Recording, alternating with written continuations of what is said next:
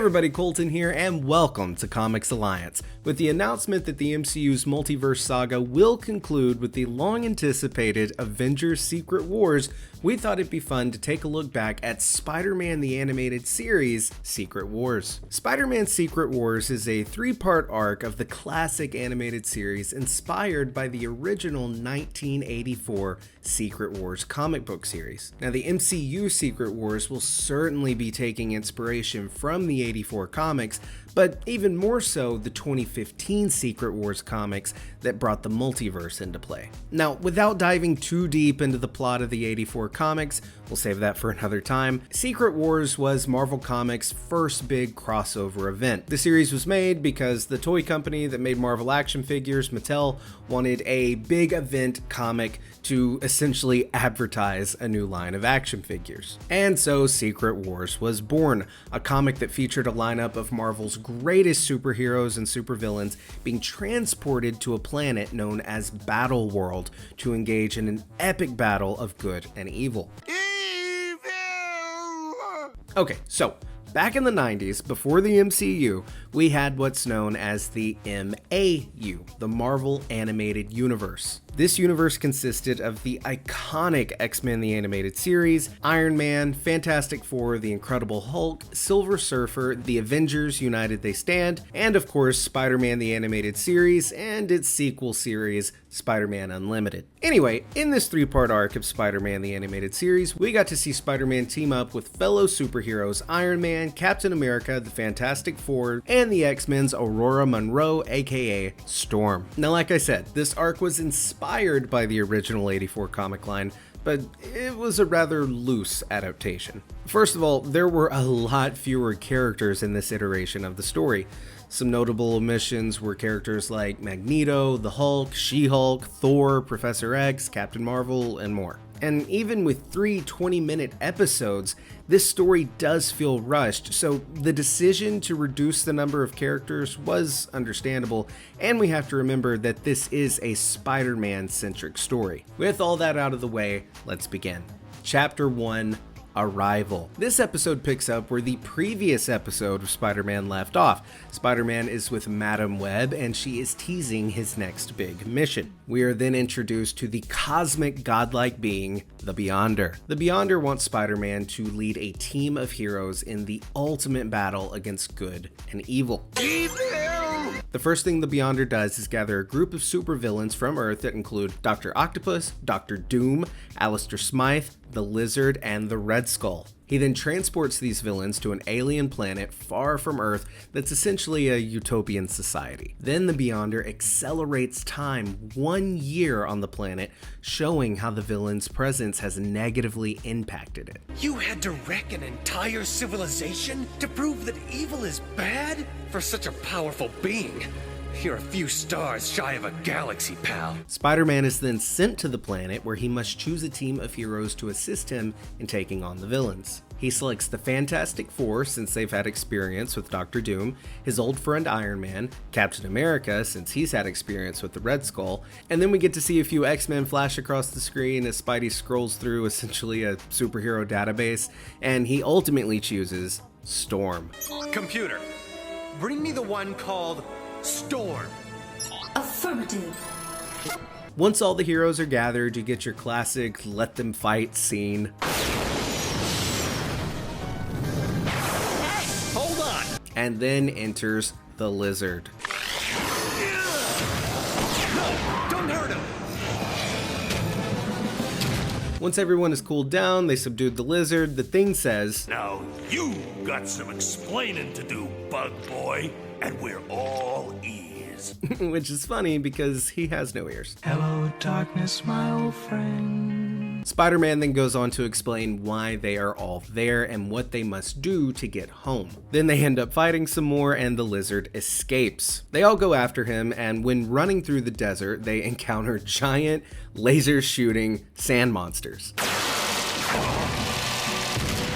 They then capture the Lizard again and get him back to base, where Reed Richards, the smartest man alive, He is then able to make Dr. Connors, Peter's professor who turns into the Lizard, he is able to make Dr. Connors' consciousness the primary consciousness of the Lizard's body. So essentially Professor Hulk, but it's the Lizard. It's really cool. My rational mind trapped in this lizard body. Now, with this being a Spider-Man series, naturally he is deemed the leader of the group, which was interesting to see. I mean, this team consists of people like Tony Stark, Captain America, and Reed Richards, yet Spider-Man is the one leading the team. And the show touches on the fact that this is a little out of place. You see characters like Reed and Cap struggling with the fact that they aren't leading the team, and you get to see Spider-Man struggling with being the leader of this team, something he's not used to. And then to close out this first episode, we see Spider-Man begin a mission log. And I'm gonna use this to keep a diary of it. I'll record whatever happens so that the greatest war ever fought isn't a secret war.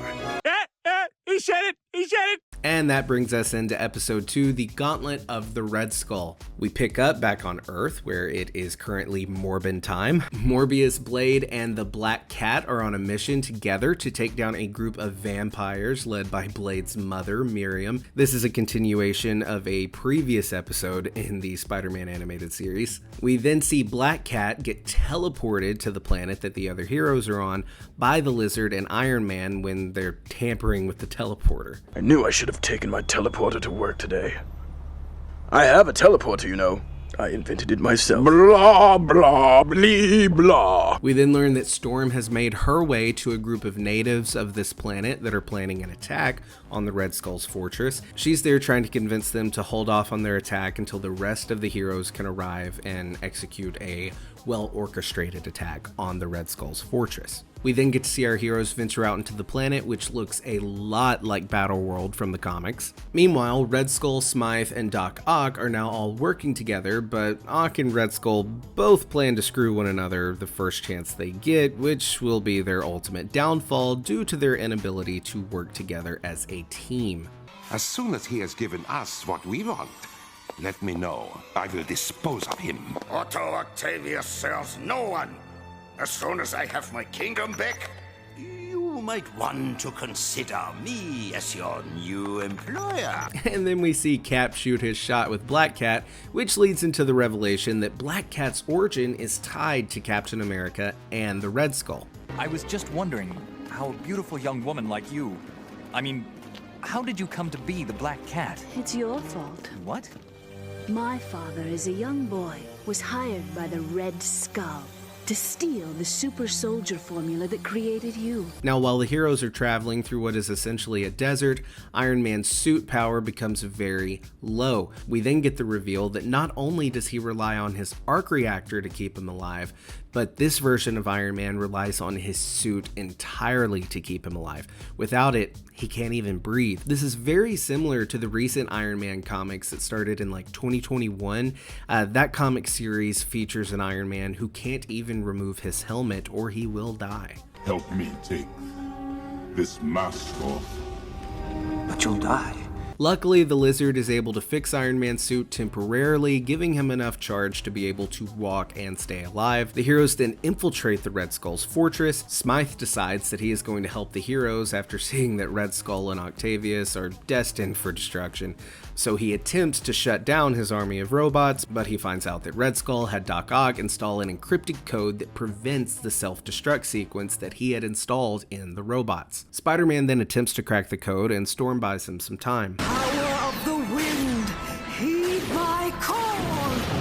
We then get to see Black Cat go to confront the Red Skull, but she is intercepted by Doc Ock. Spidey finally cracks the code and initiates the self-destruct sequence on the robots, and they are destroyed. We then see our heroes go to rescue Black Cat, who's been taken hostage by Doc Ock and the Red Skull. Red Skull and Doc Ock escape, and the episode ends with Black Cat and Spider-Man sharing a moment together on a balcony. And that is when we see Black Cat kiss Spider-Man, which makes me feel bad for Morbius because they're obviously involved. And then, as if that wasn't bad enough, the episode ends with Morbius saying this line. There has always been a spiritual link between her and me. I sense that she is in good hands. Poor Morbius. Now on to Chapter 3. Chapter 3 is titled Doom. We see Spider-Man and the Lizard rendezvous with the Fantastic Four, who've been staking out Doom's new Latveria. Latveria is the country that Doom rules back on Earth, and New Latveria is the place that he has established over the past year on this new planet. Remember, while it's only been mere hours for our heroes on this new world, it's been a year for Doom and the other villains. We then see Ben Grimm's The Thing abducted by one of Dr. Doom's sand robots and taken back to New Latveria, where he is then interrogated by Dr. Doom. Reed is just distraught over The Thing's abduction, and that's when we are shown The Thing's origin story along with the other members of the Fantastic Four's origin story as well. This is foreshadowing that Dr. Doom has now appealed to Ben by giving him the ability to change between his human form and his The Thing form. As our heroes make their way to New Latveria to rescue Ben and take down Dr. Doom, they're really impressed by the utopic society Dr. Doom has created amidst the chaos just outside the walls of New Latveria. Doom has created an idyllic society. Idyllic? Maybe. But isn't that the promise of every fascist? Spider-Man, the Lizard, and the Fantastic Three are cordially invited to tea at Victor Von Doom's residence promptly at 3 o'clock. We then see that Ben Grimm is now smitten with Dr. Doom for giving him his body back.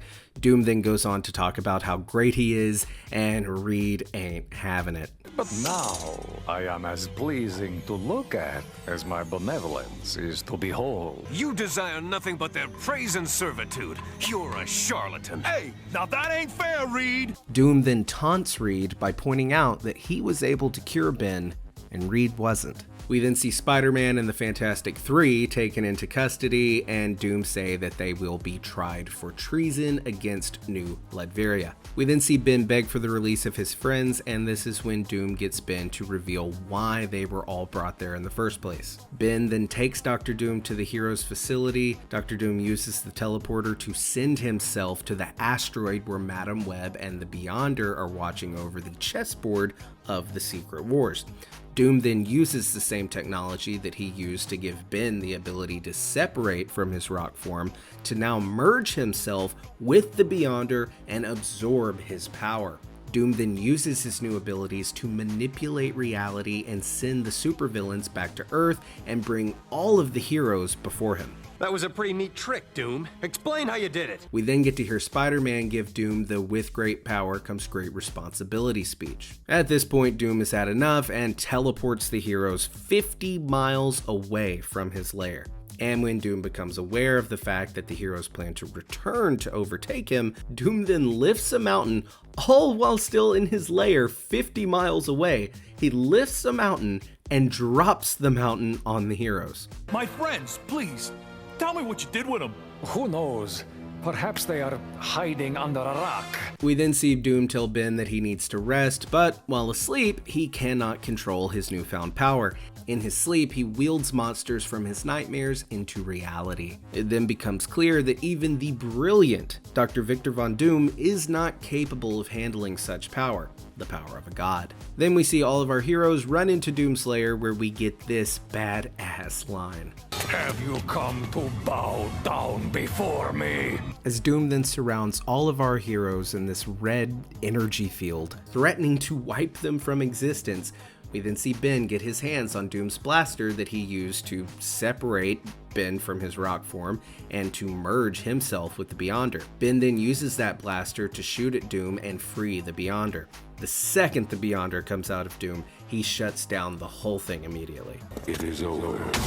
We then see everyone teleported to this chessboard floating in space. It's really cool. The Beyonder then declares that the Secret Wars are over. He tells the heroes that they will now be sent back to Earth and will have no memory of what has transpired.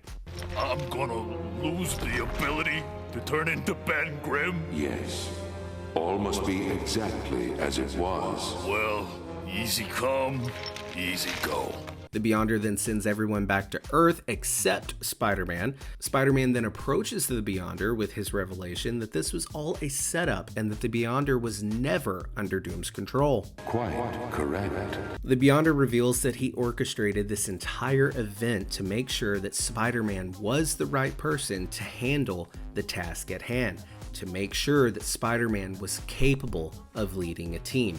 This is all, of course, setting up for the final 2 episodes of Spider-Man the Animated Series, The Spider Wars, a 2-part story arc that features multiple Spider-Man working together to take on Spider Carnage as they battle throughout the multiverse. It's a really cool 2 episodes, and we will definitely be covering it here on Comics Alliance soon. Thank you so much for watching. I hope you enjoyed the video. If you're new here, please do feel free to subscribe and click that bell so you don't miss a thing. Join the Alliance. We'd love to have you. My name's Colton. I'll see you next time.